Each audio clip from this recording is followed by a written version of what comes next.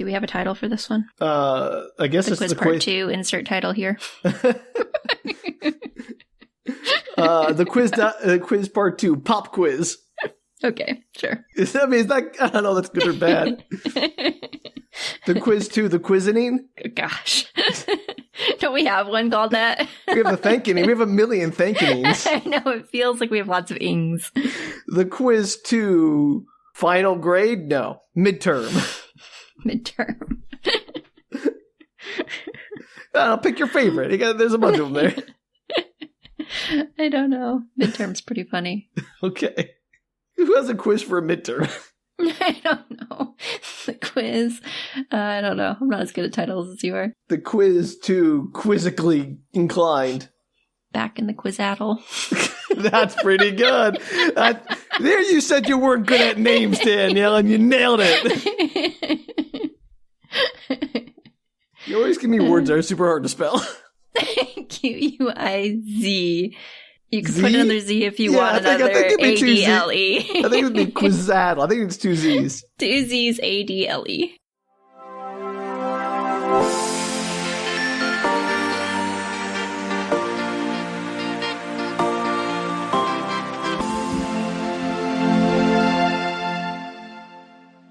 Hello, everybody, and welcome to Book Reshorts. I'm Danielle. I'm Sam. And this is the podcast, well, that's usually about somebody explaining a weird piece of media to the other who has no experience with it. But today it's a short. I'm wearing my shorts. They're short shorts, Danielle. They're so short. Oh, they would even call them hot pants, but that wouldn't fit our title. It's even kind of inappropriate on a podcast where I can't see Sam.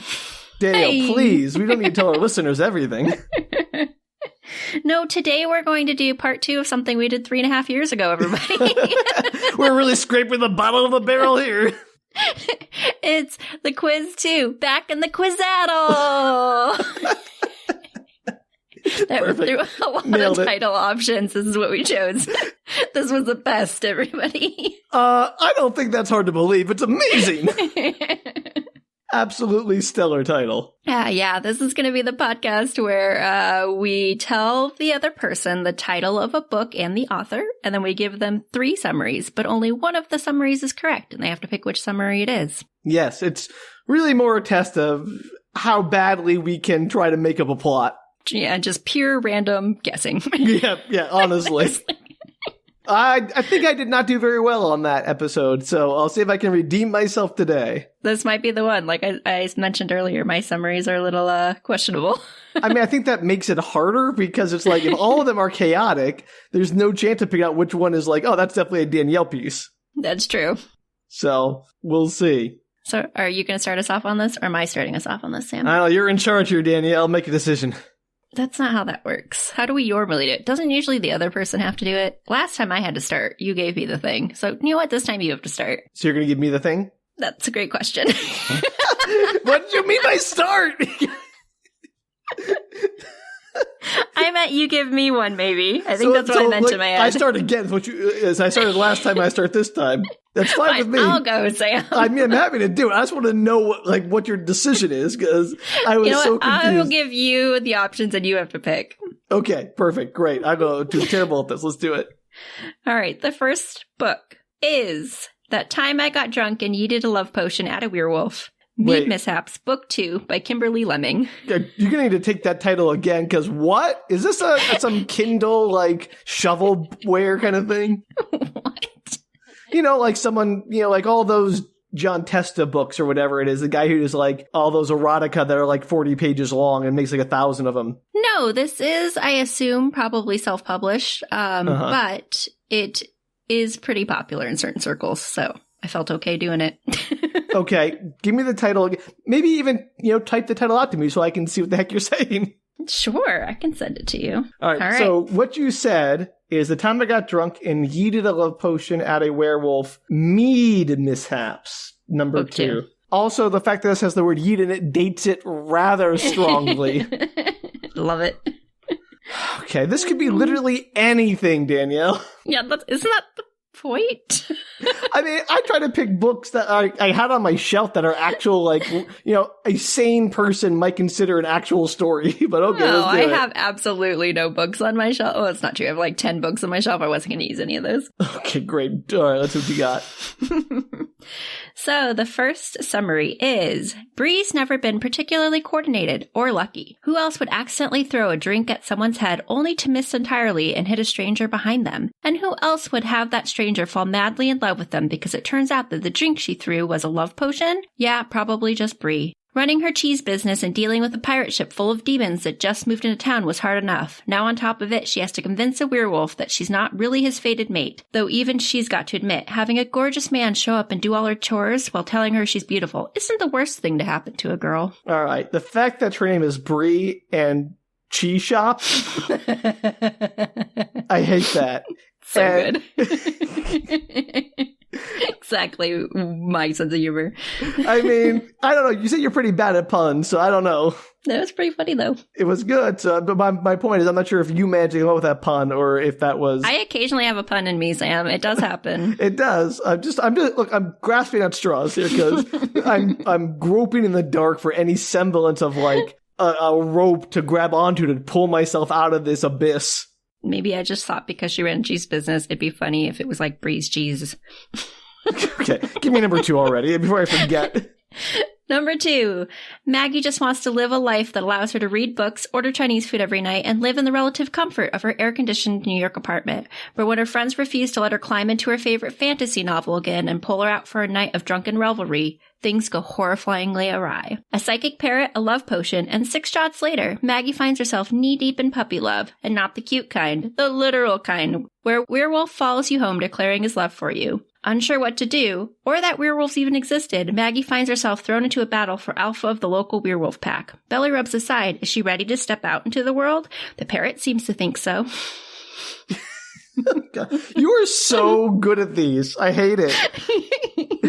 That also has a pun in it, Sam. I know! Snappy, stabby, snap, snap. Although it was a very weak pun because they had to call attention to it. You ready for the third one? Yeah, fine. Just, why do I play this? This is like you playing Panic at the Recall, how I feel about this game.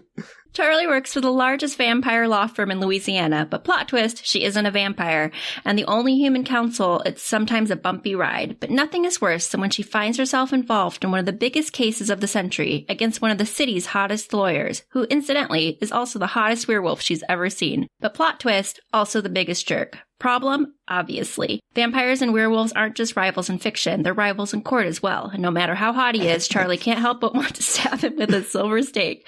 Will that work on werewolves? A drunken night out soon results in disaster when a lost shoe and an angry cat cause a love potion to go missing, apparently missing onto her werewolf rival. Problem? Obviously. All right. I mean, all of these are plausible, given that this is a title like I Yeeted a Love Potion on a Werewolf Book 2 of the Mead Mishaps.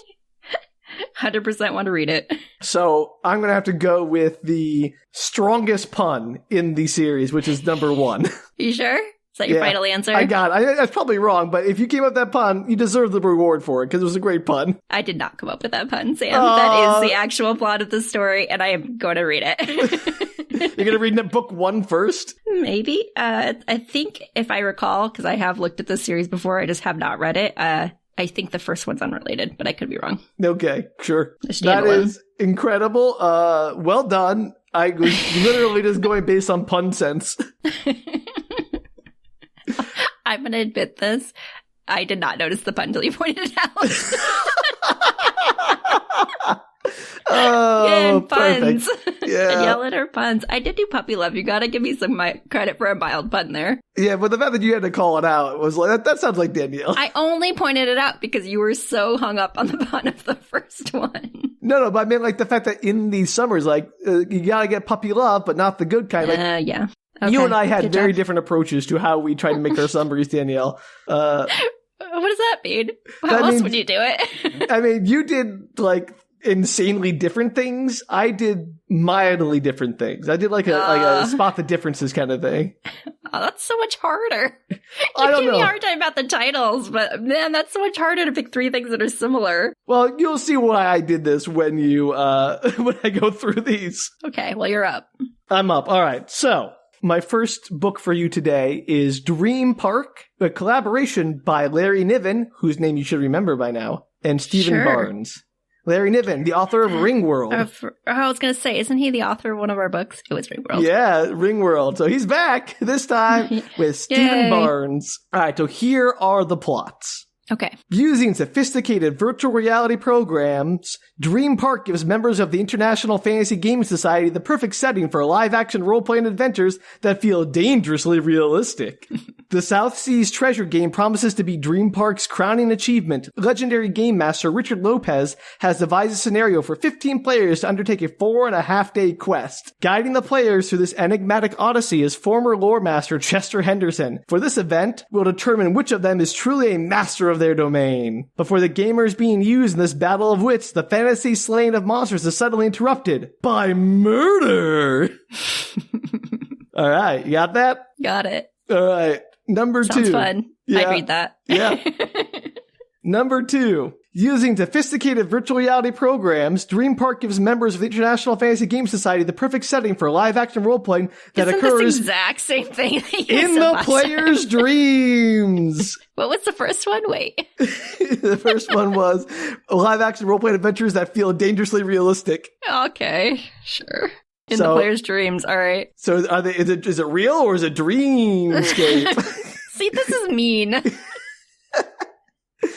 The South Seas Treasure game is a premier event for up-and-coming game master Richard Lopez, and he has devised a scenario for 15 players to take a 4.5-day quest. You didn't even come up with different names? No, why would I do that? They have the names already. So much more fun to come up with a whole story. Judging this enigmatic odyssey is famed lore master Chester Henderson. For this event will make or break Richard's career. But for the gamers being used in this audition, the fantasy of slaying monsters is suddenly all too real as they find they can't wake up. Oh no. You're annoying. So, is he an up-and-comer or is he a well-established game master? That's the question. I don't know. Yeah, well, you'll figure it out. Are those the only 2 options you're giving me? No, I'll give you a third option. Okay. What could possibly be different? Those are like the only 2 options. Using sophisticated virtual reality programs, Dream Park gives members of the International Fantasy Game Society the perfect setting for virtual role-playing. The South Seas Treasure game is launching itself as a competitor to Dream Park, but better in every way. Legendary game master and former Dream Park creative director Richard Lopez has devised a scenario for 15 players at a time to undertake a 4.5-day quest. Observing this enigmatic odyssey is famed lore master Chester Henderson, now creative director at Dream Park. For this event will determine the fate of each of them. But the gamers being used in this battle of corporate intrigue are unaware that the fantasy slaying of monsters will determine not only the fate of the game, but also the world! I hate this.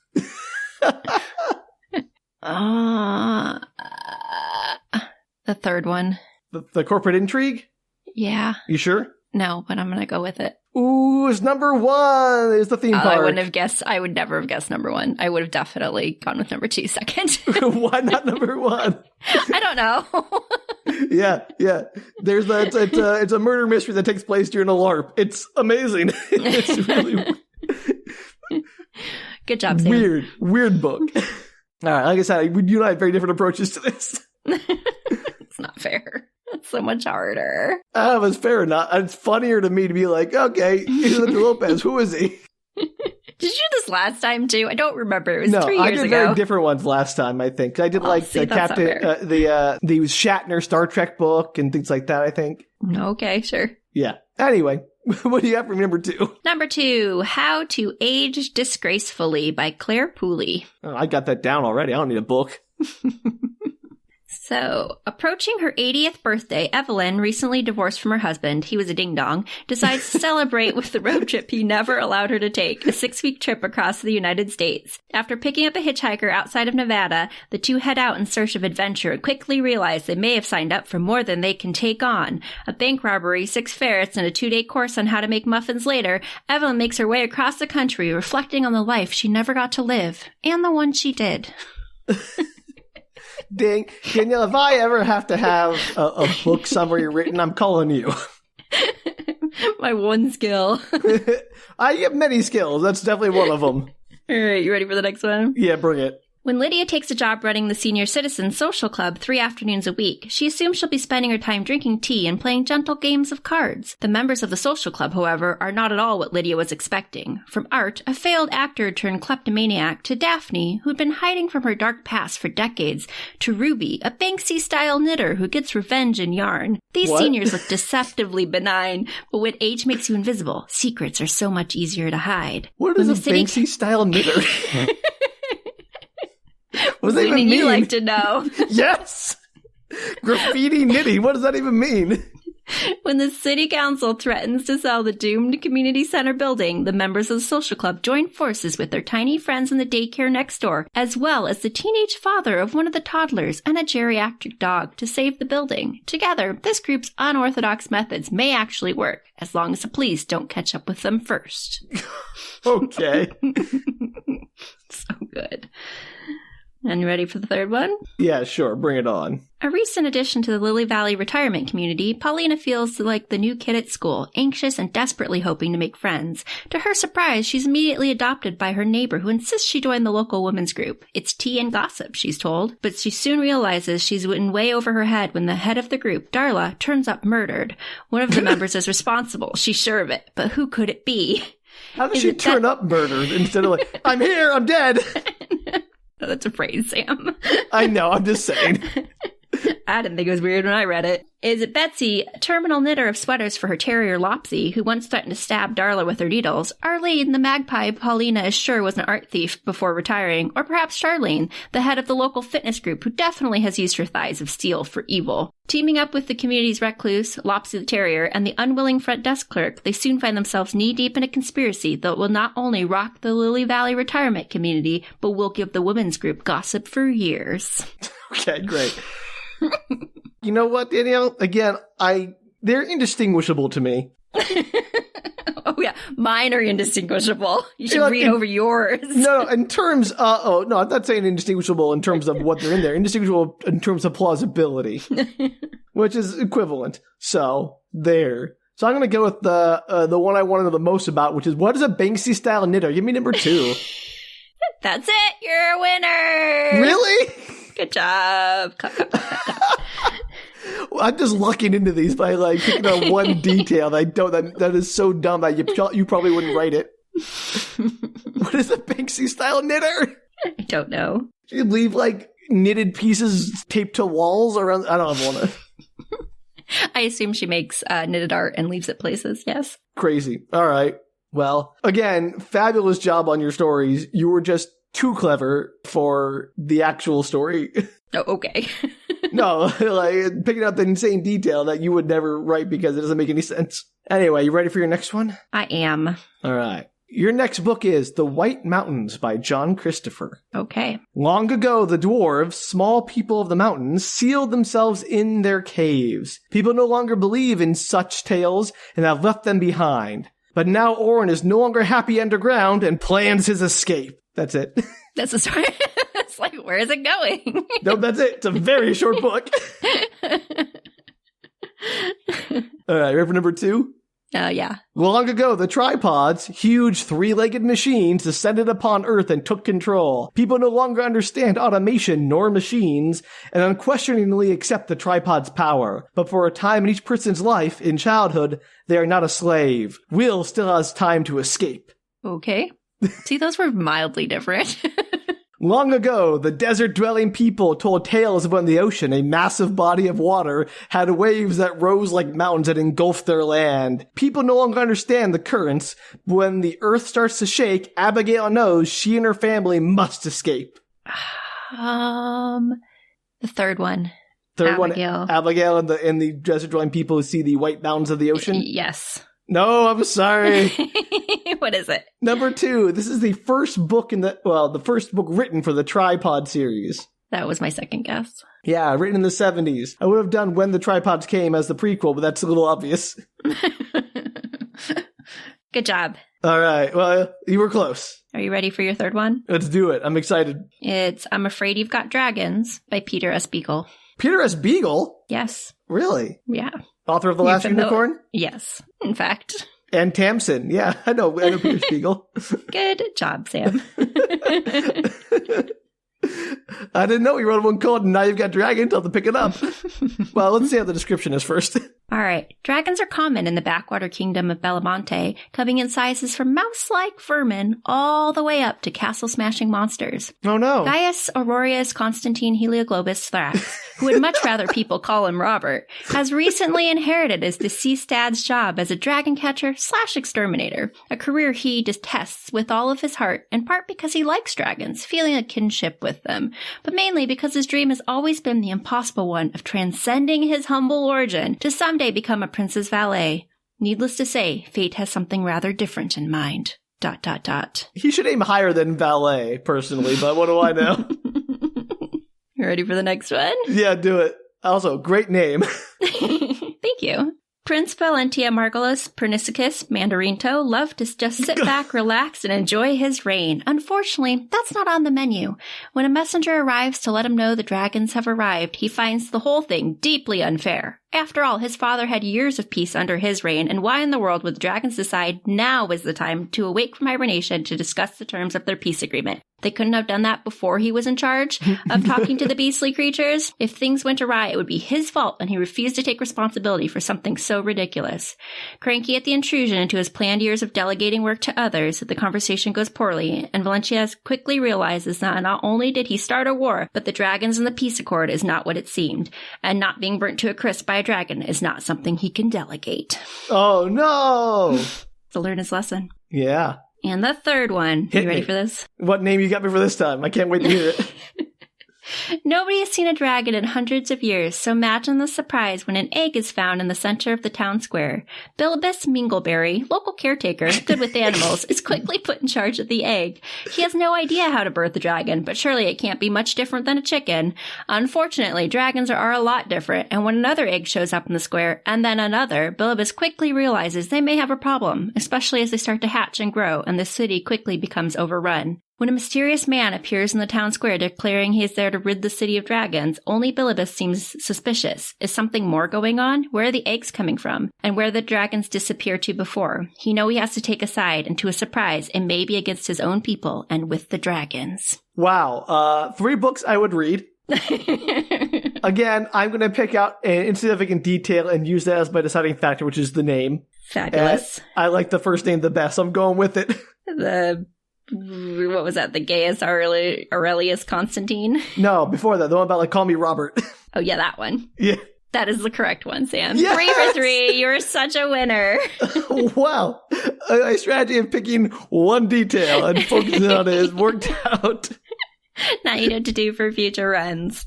Wow. I'm so proud of you. I'm not. I think that if you had been less creative like me. I'm not going to do that. That'd be boring. I had a lot of fun with it, but I had a lot of fun like saying like how to tweak things subtly, but that's me. It's like we can play this game however we want. We made it up. Yeah, that's right. Yeah, that's fair. All right. Ready for your last one? Absolutely. It's called The Illumination by Kevin Brockmeier. At 8:17 on a Friday night, the illumination commences. Every leaf begins to shine, every petal to glow and shimmer. And in the aftermath of a fatal logging accident, a cryptic journal of prophecies written by a reclusive lumberjack passes into the keeping of his estranged wife. And from there, just the knowing. From there, leads her to 5 other suffering people, touching each of them uniquely. Okay. Sure. All right, number 2. At 8:17 on a Friday night, the illumination, it commences, Danielle. Okay. Good to know. Every lake begins We're to shine. so close. It's almost 8:17 here. Every lake begins to shine, every ocean to glow and shimmer. And in the aftermath of a fatal boating accident, a mournful journal of letters written by a father to his children passes into the keeping of a tackle shop. And from there, through the hands of 5 other suffering fathers, touching each of them uniquely. Okay. Yeah. And finally, guess what time it is, Danielle? 8:17 on a Friday. Correct. On a Friday night, the illumination, it commences.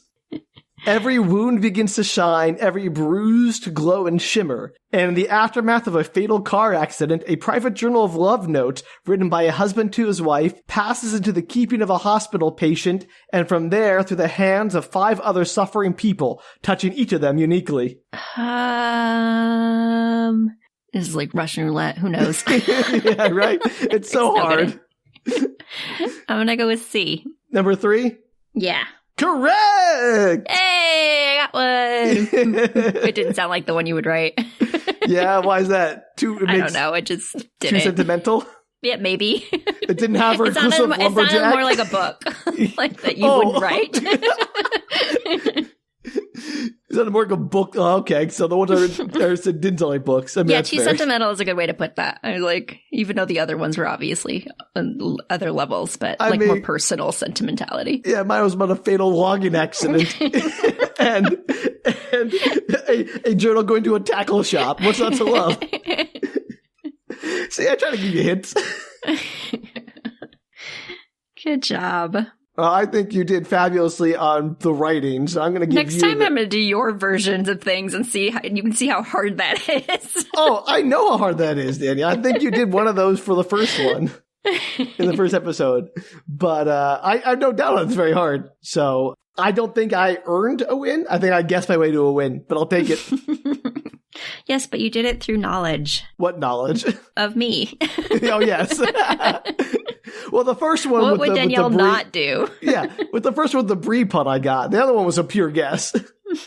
If I had noticed that, I would have put more puns in. Well, I can't help you there. I'm just the pun guy.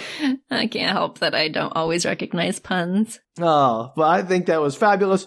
I would read any of those books you described, probably. Well, maybe not most of the first 3, but the other ones, yes. the other 2 books, yeah. I think I might read That Time I Got Drunk and Needed a Love Potion at a Werewolf, and if it's good in a way that would work for the podcast, I'm going to do it. Oh, yeah. Yep, that's fair revenge, I guess, for this episode for you.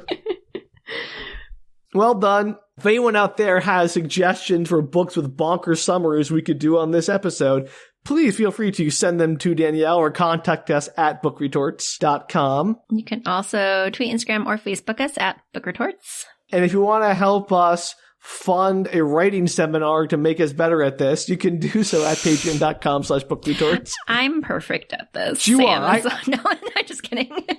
No, I mean, it's fair. I did not put in nearly as many creative flourishes as you did. That's completely reasonable. But Sam's a great writer, so it's fine. I mean, we can always be better. And I'll be honest, I had a lot of fun writing these. I'm like the first one with the tripods, or the second one with the tripods, they're so short. I'm just like, well, I can just change it. It's so great. I just like. See, the problem with the tripod one was where you said tripods, and I was like, that sounds like a real book. I feel like that's a real book. It was also something Sam would write. Yes. I was like thrown off. Oh, man. Or like my favorite part of the Dream Park one was like Gives Me Do is like, they're interrupted by murder. Like, what could they be interrupted by? Every time they interrupt by something different was my like thinking how funny that would be. Like, I'm thinking of like Clue, how it has different endings. Mm-hmm. And anyway, so clearly did not translate very well to this game, but I'm still happy with that. You did great. I'm proud of you. Oh, okay, you took back the title. I mean, sure. I think we, at the very least, we share the belt, which makes walking around very hard. We're tied. There's the wit. Left foot, right foot. We could probably do that. We had to. Yeah. Would have to be, no, it'd be outside, inside, outside, inside. Anyway, you don't want to see us run a 3-legged race, so we're just going to end it here because there's nowhere to go from there. But if you donate enough to Patreon, we'd consider it. Hey, that's a fact. I'll run a 3-legged race for enough money. Let's do it. We don't live anywhere near each other, but we'd figure it out. If there's enough money to make that travel possible. Yeah. Well, until next time, don't judge a book by the back of its cover. Hi-yo! Hey, I see what you did there. Yeah. Bye. Take care, everybody.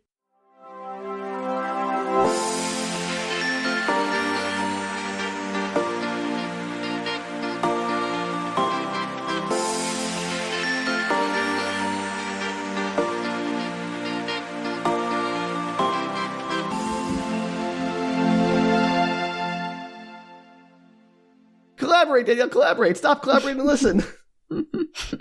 Is that like what they taught you in 3rd grade? Right after stop, drop, and roll. No, isn't that a line from like Opposites Attract or something? Stop, drop, and collaborate? No, stop, collaborate, and listen. Yes, sure. I swear it's a lyric. It's Ice Ice Baby, maybe. It's an Ice Ice Baby? I think it's an Ice Ice Baby. Man, I don't know the lyrics to that. I don't. The only part I know is Ice Ice Baby. Why is it stop, collaborate, and listen, and not stop, listen, and collaborate? That's a great question. Because usually collaboration happens after the listening.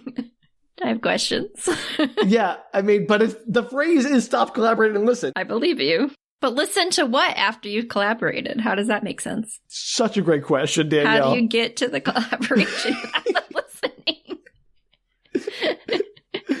I mean, are you supposed to say that when like things are kind of going awry and you're like, we need to like stop, collaborate, and listen? Yeah, I think it's more like, or it seems more like a call to action. Kind of like for like a bigger cause, like stop, collaborate. It still would be stop, listen, It's all about music, though. I think it's all about music collaboration. If it's that, then it could be stop, collaborate, like I don't stop what I don't know, collaborate together and then listen to the music.